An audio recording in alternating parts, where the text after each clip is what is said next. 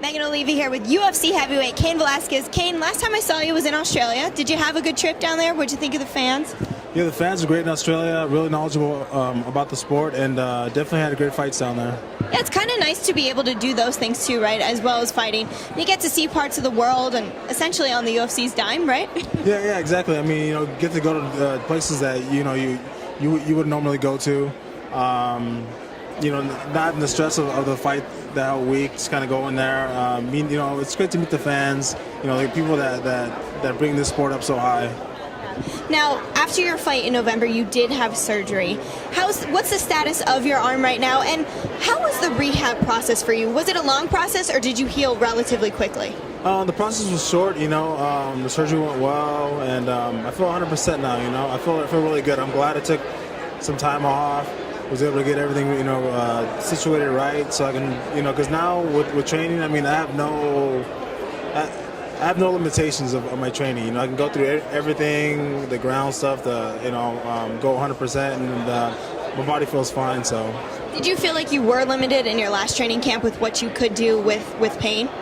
I think so. Going into every fight, I think everybody's injured somehow. So. You kind of have to work your camp around that and do certain things different. So now I feel good, so I'm doing everything 100%. Now, obviously, the goal is to get your belt back, but you do have to face Frank Mir in May. What do you think of Frank's skill set, and how big of a threat do you feel he is to getting back to your belt? Yeah.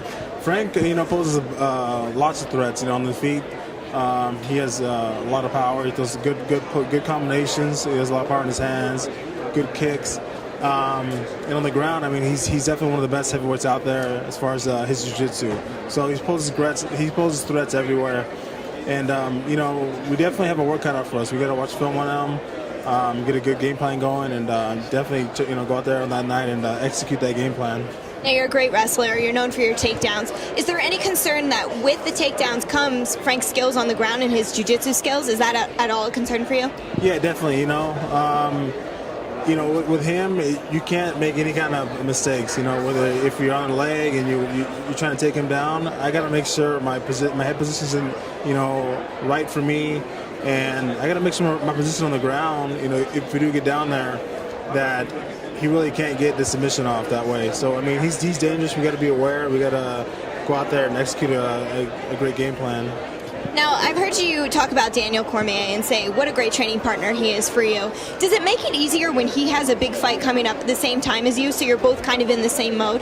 Yeah, definitely. We're both doing almost the exact same thing, as far as training. I know he's going to be there every day when I'm there, and we're just helping each other out. So, it's definitely good to have somebody there that is at the same high level as you are, and you guys get to kind of push yourselves.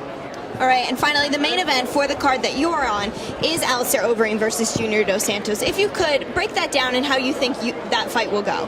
The fight's going to be a great fight. I think it's going to be a stand-up fight. I think Overeem, on the outside, with his long kicks, with his reach, and then also on the inside with his knees and everything else, he has a great chance of winning the fight that way. And then Dos Santos can end the fight at any moment. But his skill and everything up with his hands is definitely tough to beat. All right. We'll see what happens. All right. Well, thank you so much, Cain. We're getting wrapped up to go, but thank you for talking to us. We'll see you soon. Thank you. Thanks.